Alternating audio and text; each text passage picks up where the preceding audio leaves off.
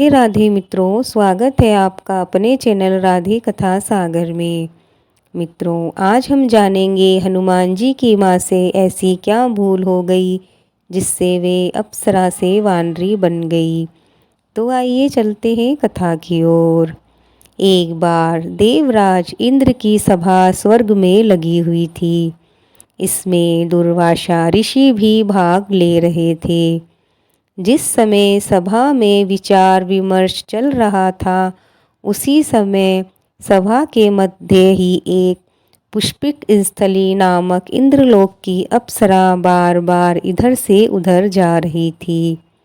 सभा के मध्य में अप्सरा का ये आचरण ऋषि दुर्वासा को अच्छा नहीं लगा।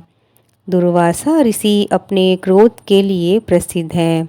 उन्होंने अप्सरा को कई बार टोका कि ऐसा ना करे, पर उसने अनसुना कर दिया और वैसा ही करती रही।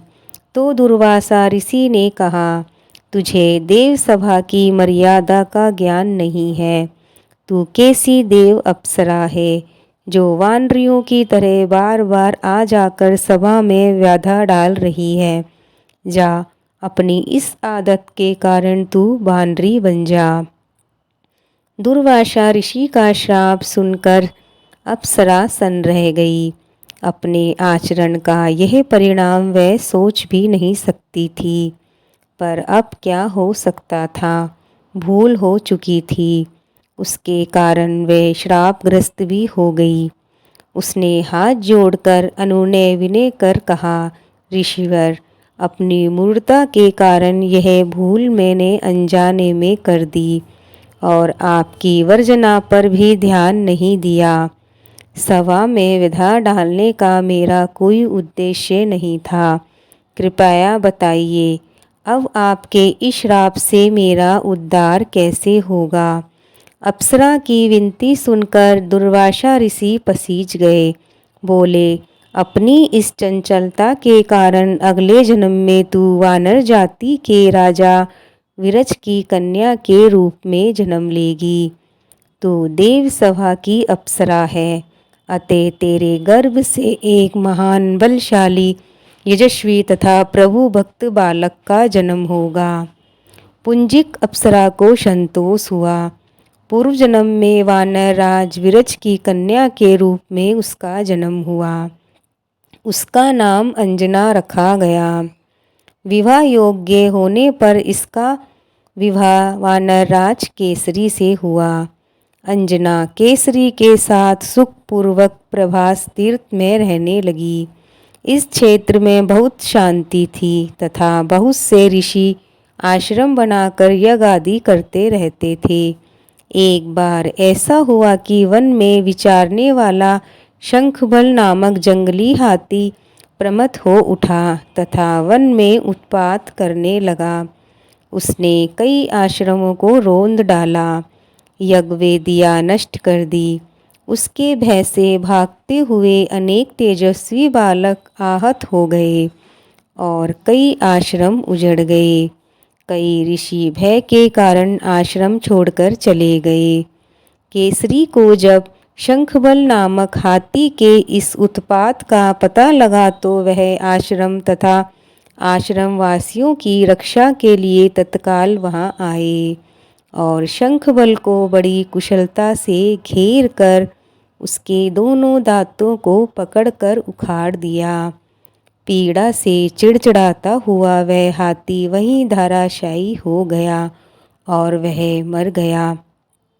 आश्रम की रक्षा के लिए उनके अचानक पहुँचने तथा हाथी को मारकर आश्रम वासियों को निर्भय कर देने वाले केसरी का ऐसा बल देखकर ऋषि मुनि बहुत प्रसन्न हुए और केसरी के पास आकर आशीर्वाद देते हुए कहा, वानर राज केसरी, जिस प्रकार तुमने आज हम सबकी तथा आश्रम की रक्षा की, इसी प्रकार भविष्य में तुम्हारा होने वाला पुत्र पवन पुत्र जैसे वेग वाला होगा तथा रुद्र जैसा महान बलशाली होगा। तुम्हारे बल तेज के साथ साथ उसमें पवन तथा रुद्र का भी तेज व्याप्त रहेगा। केसरी ने कहा, ऋषवरों, मैंने तो बिना किसी कामना के प्रमथ हाथी को, जो किसी प्रकार वश में नहीं आ रहा था, मार कर आपकी इस यज्ञ भूमि को निर्भय किया है। आपका दिया यह स्वतः आशीर्वाद मुझे शिरोधार्य है। केसरी ऋषियों को प्रणाम कर चले गए। समय आने पर अंजना के गर्भ से एक बालक का जन्म हुआ। उसमें अपने बाल्यकाल से ही ऋषियों द्वारा दिए हुए आशीर्वाद का तेज झलकने लगा। आश्रमों में वह पवन वेग की तरह तरह जहाँ वहाँ पहुँच जाता।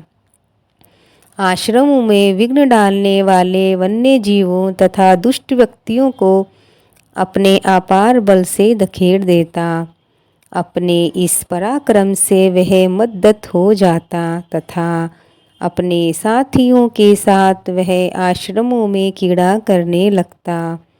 उसको खेलने में कोई नहीं रोकता तो वह उसको भी तंग करने लगता।